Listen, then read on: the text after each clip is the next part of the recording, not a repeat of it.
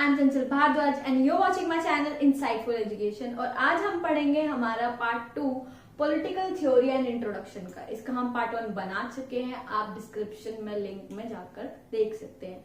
चलिए अपना वीडियो शुरू करते हैं। तो सबसे पहले हम जानते हैं कि हमारी पॉलिटिकल थ्योरी में हम पढ़ते क्या है। ठीक है, तो पॉलिटिकल थ्योरी में ऐसे आइडियाज और कंसेप्ट हैं, जैसे कि मैंने आपको पहले भी बताया था, इक्वालिटी, फ्रीडम, सेक्युलरिज्म और जितने भी आपके राइट्स के बारे में सब कुछ हम इसी के अंदर पढ़ते हैं, जितने भी कॉन्सेप्ट्स होते हैं। ठीक है, तो ये कॉन्सेप्ट शुरू से ही इसमें थे या ये इवॉल्व हुए हैं धीरे धीरे, मतलब क्या हुआ है, किस तरह से कॉन्सेप्ट पॉलिटिकल थ्योरी के अंदर आए हैं। तो आपको पता होना चाहिए कि सबसे पहले जो सिटी ऑफ एथेंस ग्रीस में, यहाँ पर जो सोक्रेट्स, प्लेटो, इन सब ने पॉलिटिक्स के बारे में अपने व्यूज, अपने ओपिनियंस देना शुरू किया था। प्लेटो ने द रिपब्लिक के अंदर, सोक्रेट्स ने अपने स्टूडेंट्स को और वहां के लोगों को, ठीक है। उसके बाद धीरे धीरे अगर हम बात करें, उसके बाद एरिस्टोटल ने, और उसके बाद यहाँ इंडिया की अगर हम बात करें तो महात्मा गांधी जी ने, और अगर हम कार्ल मार्क्स की बात करें उन्होंने इक्वालिटी जैसे कॉन्सेप्ट दिए, रूसो की बात करें उन्होंने फ्रीडम जैसे कॉन्सेप्ट दिए, महात्मा गांधी की बात करें उन्होंने हिंद स्वराज की, ट्रू फ्रीडम की, जेन्युइन फ्रीडम की बात की है। डॉक्टर अंबेडकर की बात करें उन्होंने सोशल माइनॉरिटीज के लिए जो उनके राइट्स हैं उनके लिए बात की है। ठीक है, तो ये जो कॉन्सेप्ट्स एंड आइडियाज हैं टाइम एंड अगेन इम्प्रूव हुए हैं, टाइम एंड अगेन हमारे संविधान में, हमारे हर चीज में, हमारी डेमोक्रेसी में ये अप्लाई किए जाते हैं।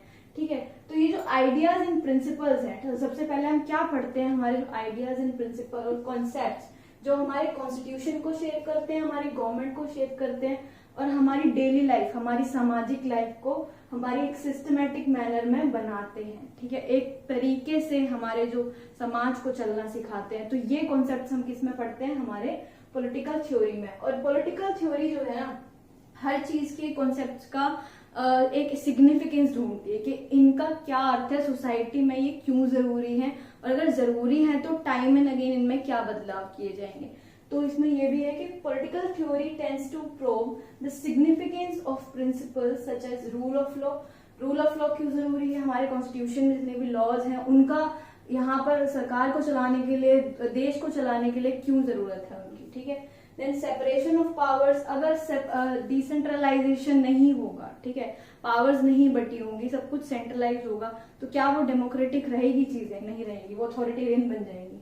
ठीक है, उसके बाद जुडिशियल रिव्यू जैसी चीजें, ये सब चीजें टाइम एंड अगेन हमारे संविधान में, हमारे सोशल लाइफ में, हमारे देश के अंदर, हमारे सब कॉन्सेप्ट्स में, जितने पॉलिटिकल थ्योरी कॉन्सेप्ट्स हैं उनमें आगे इवॉल्व होते होते इतने एडवांस हो गए हैं कि अब हमें टाइम के साथ उनमें बदलाव भी करने पड़ते हैं। जैसे कि ऐसे कुछ प्रिंसिपल्स एंड कॉन्सेप्ट है हमारे कॉन्स्टिट्यूशन में जो बार बार इंटरप्रेट किए जा रहे हैं। क्यों? क्योंकि अब हमें उन चीजों की जरूरत है, शायद पहले उन चीजों की जरूरत नहीं थी, शायद हम पहले इतने अवेयर नहीं थे। जैसे कि आपके राइट टू लाइफ के अंदर राइट टू लाइवलीहुड जोड़ा गया है, मतलब आपको जीने का अधिकार है, तो जीने के अधिकार के अंदर आपको रोजगार का, आपको दिन का खाना पीना मिलने का भी अधिकार, basic rights, need, basic necessities का भी अधिकार होना चाहिए। ठीक है, अब जैसे आपको राइट टू इंफॉर्मेशन दिया गया, RTI, आपको राइट टू एजुकेशन दिया गया। ठीक है, तो ये सब राइट्स आपके बाद में ऐड हुए हैं। क्यों? क्योंकि हमें जरूरत पड़ी टाइम के साथ उनको ऐड करने की। ठीक है, तो ये हमें किससे पता चला, किस एनालिसिस से, किस इंटरप्रिटेशन से, किसके थ्रू पढ़कर हमें पता चला, पॉलिटिकल थ्योरी के थ्रू। अब हम अगर बात करें कि हमें सारी चीजें, प्रोज एंड कॉन्स किसी भी कॉन्सेप्ट के, जैसे मान लीजिए फ्रीडम, ठीक है, एक फ्रीडम है, हमें फ्रीडम है अपने देश को प्रोटेक्ट करने की। टेररिस्ट जो अपनी फ्रीडम मानते हैं वो ये मानते हैं कि हम दूसरे देश पर अटैक करें या दूसरे ग्रुप्स पर अटैक करें, तो ये उनके लिए फ्रीडम है। तो क्या ये फ्रीडम सही है? तो सही और गलत में भी फर्क बताना, कौन सी चीजें हमारी सोसाइटी को हार्म पहुंचा सकती हैं, उसके लिए क्या लॉज होने चाहिए, कितनी फ्रीडम पे रिस्ट्रिक्शंस होनी चाहिए, तो ये सब भी हमें किसके थ्रू पता चलता है, पॉलिटिकल थ्योरी के थ्रू। ठीक है, तो इन सभी क्वेश्चंस का आंसर हमें कौन देता है, पॉलिटिकल थ्योरी देती है। तो सबसे पहले हमें पॉलिटिकल थ्योरी क्या समझाती है, समझिए कि सोसाइटी में अगर कोई भी चैलेंज आता है नया, ठीक है, उस चैलेंज के साथ हमारा एक नया इंटरप्रिटेशन आ जाता है राइट्स का, कि कोई भी अगर चैलेंज सोसाइटी में आया, कोई भी बदलाव सोसाइटी में आया, कोई भी नई चीज सोसाइटी में हुई, उसके साथ हमें जो है अब नए इंटरप्रिटेशन चाहिए राइट्स की। ठीक है, तो अब हम पढ़ेंगे कि हमारे जो प्रैक्टिकल लाइफ में कैसे हमारे ये पॉलिटिकल थ्योरी काम करती है। सो पॉलिटिकल थ्योरी को प्रैक्टिस में कैसे लाते हैं? देखिए, आप अपने आसपास देखते हैं, आप एक एग्जाम्पल लीजिए, आप अपने कॉलेज की फीस भरने जा रहे हैं, वहां बहुत लंबी लाइन है, अपनी स्कूल की फीस सबमिट करनी है, वहां बहुत लंबी लाइन है। तो क्या होता है कि आप जब पहले लगे होते हैं तो आपको बिल्कुल पसंद नहीं होता कि आपसे पहले कोई आके बीच में से कट करके लग जाए। क्यों? आपको लगता है कि यार ये इक्वल नहीं है, ये फेयर नहीं हो रहा है। ठीक है, वैसे ही अगर आपके स्कूल में कोई बच्चा है, ठीक है, वो स्कूल में आपके बराबर मार्क्स लाता है, सब लाता है, लेकिन उसको ज्यादा प्रेफरेंस दी जा रही है और आपको कम दी जा रही है, तो आपको लगता है ये फेयर नहीं है। ठीक है, वैसे ही अगर मैं बात करूं, आप अगर किसी फिजिकली डिसेबल या आप बोल सकते हैं कि डिस्टिंक्टली एबल लोगों को देखते हैं, ठीक है, तो आप उनके लिए आपको लगता है कि नहीं, इन्हें आगे हम जाने दे सकते हैं क्योंकि इनको जरूरत है सबसे पहले फॉर्म भरने की। तो आपको ये समझ में आता है कि यहाँ पर हमें इक्वल राइट्स किसके लिए देने चाहिए, किसको ज्यादा स्पेशल राइट्स की जरूरत है। ठीक है, और वैसे ही अगर आप देखते हैं रास्ते में कभी लेबरर्स को काम करते हुए, उनके बच्चों को देखते हैं, वो घर पे रहते हैं, स्कूल नहीं जाते हैं, एजुकेशन उनको नहीं मिल पाती है प्रॉपरली, तो आप क्या सोचते हैं कि काश इन्हें भी मिल पाती है एजुकेशन, काश ये भी काम पर ये भी हमारे तरह स्कूल जा पाते, इनके जो पेरेंट्स हैं इनको स्कूल भेज पाते। और कई बार ऐसा भी होता है कि आप जब देखते होंगे कई जो गर्ल्स होती हैं रूरल एरियाज में, चाहे तो टाउन में भी, कि उनको कई बार जल्दी स्कूल से निकाल लिया जाता है, जल्दी ड्रॉप आउट करवा दिया जाता है, या तो उनकी मैरिजेस के लिए, या फिर उनको क्या नाम है छोटे भाई बहन की टेक केयर करने के लिए घर पर रखा जाता है। तो ये सब चीजें आपको लगता है ना कि इक्वल नहीं है, फ्रीडम में फेयर नहीं है। ठीक है, तो ये सब चीजें बहुत इंपॉर्टेंट है जब आप ये रियलाइज करने लग जाते हो कि इक्वल क्या है, फ्रीडम क्या है, और कौन सी चीज जरूरी है और कौन सी चीज नहीं। तो ये आपको एनालाइज करने के लिए, रियलाइज कराने के लिए पॉलिटिकल थ्योरिस्ट जो होते हैं वो ये डिबेट करते हैं, इनको एग्जामिन करते हैं, एक्सप्लेन करते हैं कि कौन से राइट्स किसको मिलने चाहिए। तभी राइट टू एजुकेशन आया कि 14 साल से कम के बच्चों को काम नहीं करवाना है। ठीक है, वैसे ही हमारा राइट टू इन्फॉर्मेशन आया कि हमें पता होना चाहिए कि गवर्नमेंट क्या कर रही है, ट्रांसपेरेंसी आए।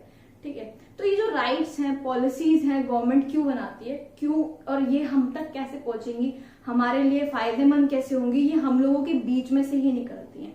हम लोगों को जिस चीज की नीड होती है, नेसेसिटी होती है, उस चीज की जरूरतें जो होती हैं उसके अकॉर्डिंग हमारी पॉलिसीज बनाई जाती हैं, और उसी के अकॉर्डिंग हमें वो सब सोल्यूशंस प्रोवाइड किए जाते हैं। तो सब सोसाइटी से निकलकर ही सोसाइटी तक पहुंचाया जाता है। ठीक है, क्वेश्चंस के सोल्यूशंस प्रोवाइड किए जाते हैं। ये हमारे कौन प्रोवाइड करवाता है, किससे हम एनालाइज कर पाएंगे? हमारे पॉलिटिकल थ्योरिस्ट जो भी हमारे एनालाइज करके हमारी पॉलिसीज फॉर्म करते हैं, डिबेट करते हैं, एग्जामिन करते हैं, हमारे कॉन्सेप्ट्स को टाइम एंड अगेन इंटरप्रेट करते हैं। फ्रीडम, सेक्युलरिज्म, इक्वालिटी, फ्रेटर्निटी, जितने भी आपके कॉन्सेप्ट्स हैं सबको ध्यान में रखते हुए हमारा ये जो पॉलिटिकल थ्योरी है प्रैक्टिकल लाइफ में अप्लाई किया जाता है। हमें पॉलिटिकल थ्योरी पढ़ने की नीड क्यों है? अब हम इस चैप्टर के कंक्लूजन पे आ गए हैं, तो क्या जरूरत है हमें पॉलिटिकल थ्योरी पढ़ने की? तो सबसे पहला जो काम पॉलिटिकल थ्योरी करती है वो है it's relevant for all sections of the society. ठीक है, जरूरी नहीं है कि आप पॉलिटिकल थ्योरी तभी पढ़ेंगे जब आप पॉलिटिकल थ्योरी के स्टूडेंट होंगे। पॉलिटिकल थ्योरी ऐसे ऐसे कॉन्सेप्ट्स आपको देती है, जैसे कि ऐसे यूनिवर्सल कॉन्सेप्ट्स आपको दिए हुए हैं पॉलिटिकल थ्योरी ने, जैसे कि आपका इक्वालिटी, फ्रीडम। क्या आपको सिर्फ लॉयर बनोगे तभी पढ़ने की जरूरत है, या आप इसके स्टूडेंट होगे जब भी आपको पढ़ने की जरूरत है? ठीक है, या फिर आप कोई जज हो, या फिर आप कोई पॉलिटिशियन हो तभी आप ये पढ़ोगे, या फिर किसी IAS सिविल सर्विसेज में काम कर रहे हो तभी आप ये पढ़ोगे? नहीं, आपके डेली लाइफ में भी आपको इक्वालिटी, फ्रीडम सब चाहिए। ठीक है, सोवरेनिटी सब चाहिए आपको। तो ये सब पढ़ने के लिए आपको जरूरत होती है, आपको समझने की जरूरत होती है। तो इसीलिए ये सारे सेक्शंस ऑफ द सोसाइटी के लिए जरूरी है, चाहे वो एम्प्लॉय है, चाहे वो पॉलिटिशियन है, चाहे वो स्टूडेंट है, चाहे वो इन जनरल कोई भी है, इंडिविजुअल। ठीक है, second, it helps us to act in a responsible manner. ठीक है, कैसे?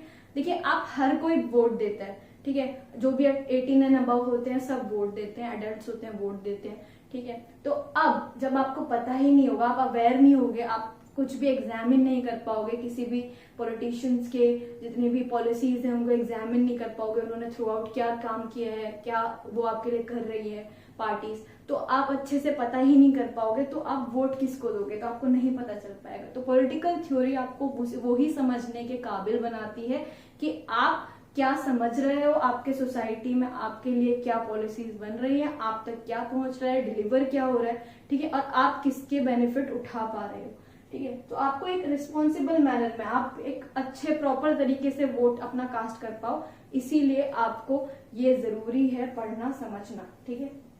Third, it encourages us to examine our ideas and feelings about political things. देखिए, आप जब हम पढ़ते हैं, ठीक है, जितने भी हम कॉन्सेप्ट्स पढ़ते हैं इसके अंदर, चाहे वो आपका सेक्युलरिज्म हो, चाहे वो आपका फ्रीडम हो, चाहे वो आपका डेवलपमेंट हो, कुछ भी हो, ठीक है, ये सब चीजें जब हम पढ़ते हैं तो हम इनको समझते हैं, हम इनको एग्जामिन करते हैं, एक सिस्टमैटिक मैनर में समझते हैं, ठीक है, कि ये कॉन्सेप्ट कहाँ से आया, किसने इसके बारे में क्या कहा है।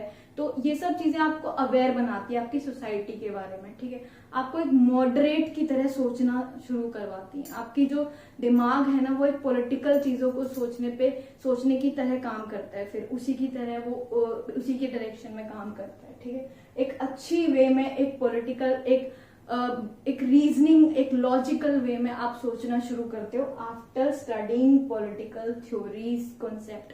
जितने भी इसके कॉन्सेप्ट हैं, आइडियाज हैं, इसको पढ़ने के बाद आपको चीजों को रैशनली देखने का एक नजरिया मिलता है, एक मॉडरेट आप बन जाते हो, आपकी थिंकिंग मॉडरेट हो जाती है, ठीक है।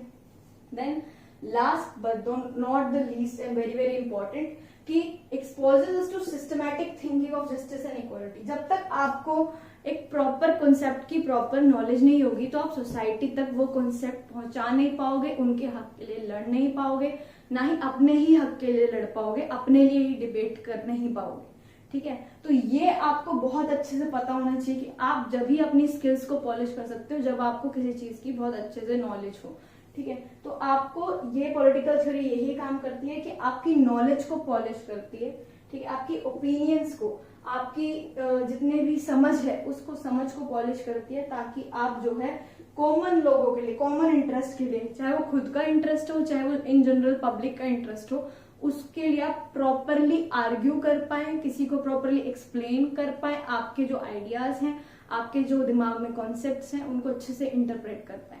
तो ये हमारा पॉलिटिकल थ्योरी का पूरा सार है। आपको फिर से समझ लीजिए कि ये चीजें हमें बताती है, एक तो ये सारी सेक्शंस के लिए रेलेवेंट है, एक सबसे हमें एक रिस्पॉन्सिबल सिटीजन बनाती है, ठीक है, फिर हमें मॉडरेट थिंकिंग, हमारी थिंकिंग को एक अच्छी दिशा देती है, देन हमें जो एक कॉमन इंटरेस्ट में काम करने के लिए, एक सोचने के लिए मजबूर करती है। तो ये हमारा जो पॉलिटिकल थ्योरी का सार है, क्यों हमें पढ़ना चाहिए। इसी के साथ हमारे चैप्टर यहीं खत्म होता है, और थैंक यू सो मच, और ऐसे वीडियोस के लिए हमारे साथ बने रहिए।